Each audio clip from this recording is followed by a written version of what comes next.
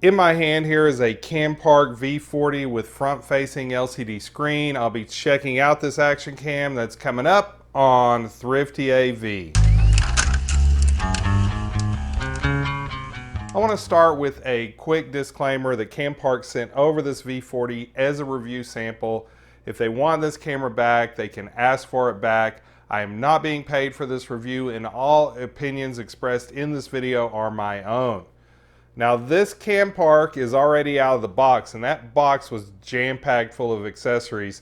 So let's back up and check out the unboxing. Here's the box for the Campark V40 UHD 4K action cam with dual color screen display. Camera is here, and it comes in this protective case. Ooh, look, we have plastic to peel. Nice. Oh, there it goes. This is definitely heavier than the Campark V30. Let's peel that off. Very nice. Oh, another thing to peel. Battery is not currently installed, so I'll have to charge one up and put it in there. Let's see what accessories came with it. Instructions. I'm going to set that aside for now. This is jam-packed here.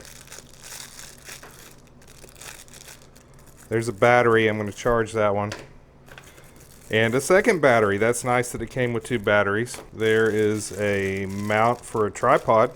I'm going to use this one probably with the sticky there. That'll come in handy. Cable for the charger. I'm going to go ahead and take that out because I'm going to charge these batteries. It's micro USB on that cable. There's another mount piece. Here is the charger. This cable looks pretty short, so I'm going to use this one for now. We got some straps, another mounting piece, a wipe, some wire ties, a bicycle mount. That looks like it might be a wrist mount. It's a remote. It's a wrist remote, so I can start the camera or I can snap a picture. That's pretty cool. I like that.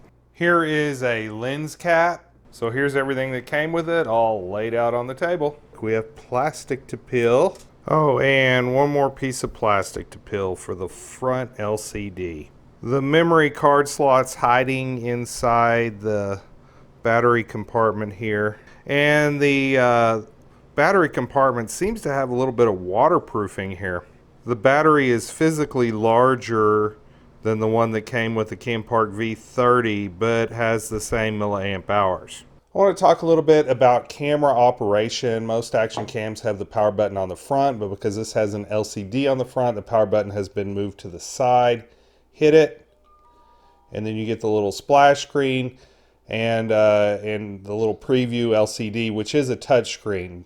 Now, before I go into the menu, I want to mention that the front LCD is off by default. To switch to the front LCD, I'm going to hold down this button right here.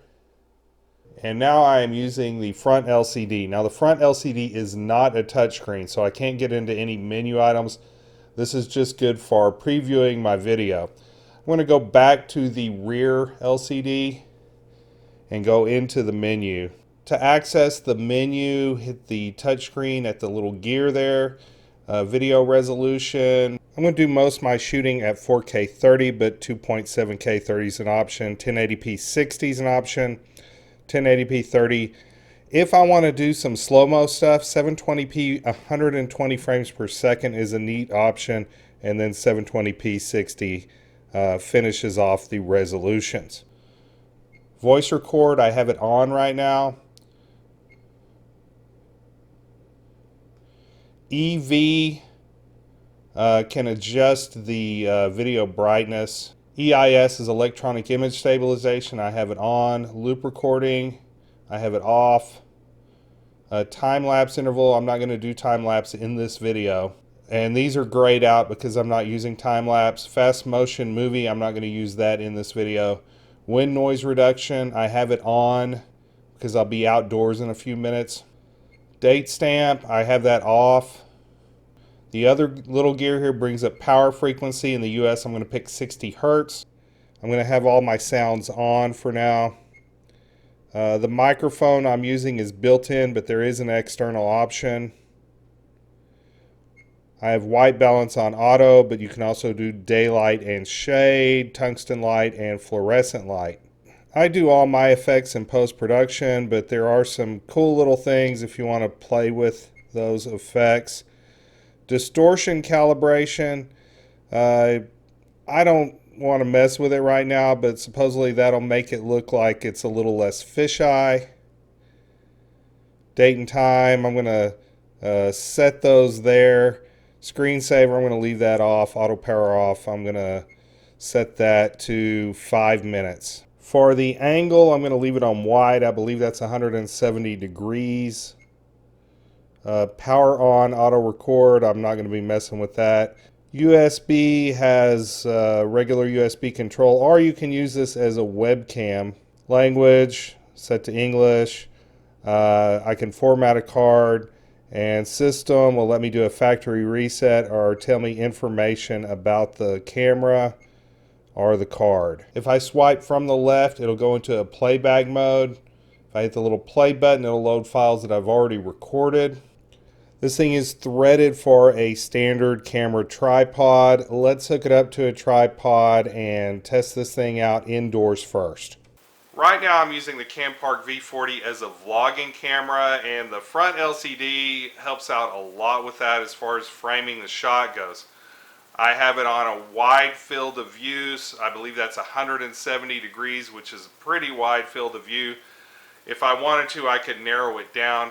I have image stabilization turned off because I have it mounted to a tripod. I'm using the internal microphone on the Campark V40, and this is what it sounds like. If I apply any gain to the audio, I'll let you know how much, but I'm not going to put any kind of equalization on it so that you get an idea of what the audio sounds like with the built-in microphone. Now I want to take this outside and take a look at it side by side with my Campark V30. So the front-facing LCD on the Campark V40 is really helping me frame my shots here. On your left is the Campark V40, on your right is the Campark V30. I'm mostly speaking into the Campark V40 on this selfie stick because I can see myself on the LCD screen, and that's helping me frame my shot. On the Campark V30, I'm just guessing how the shot looks and hoping for the best. I have image stabilization turned on both cameras. It is starting to get dark outside. It's after 7 p.m. The sun is going down. So this will test how these cameras do in a low light setting. I have both cameras set to 4K 30.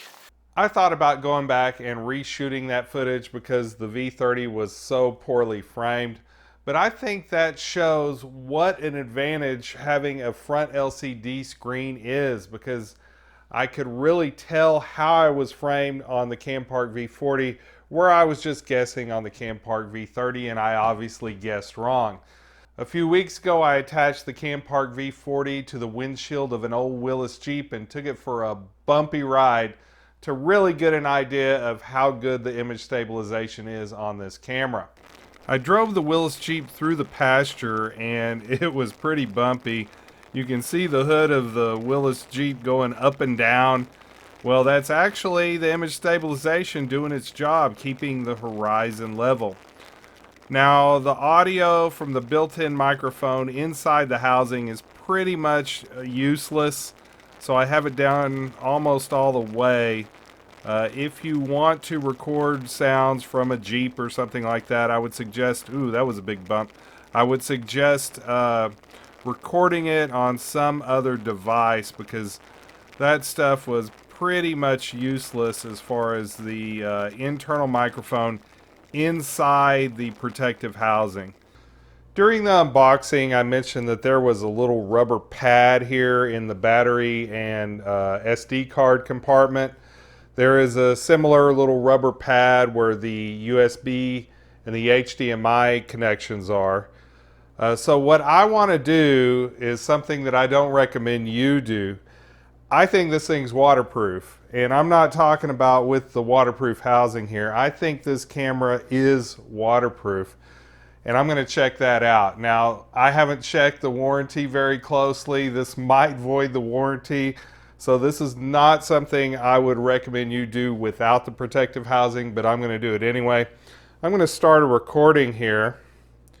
All right, I am now recording video, and I've got a glass of water here, and I'm going to dunk the camera in the water. And I see the LCD, it is still going. I am still recording. This seems to be working just fine. Now this camera is fully submerged in water, and you can see that the LCD is still going. I am still recording video. This thing still seems to work, even though I fully submerged this thing in water. So that's pretty cool.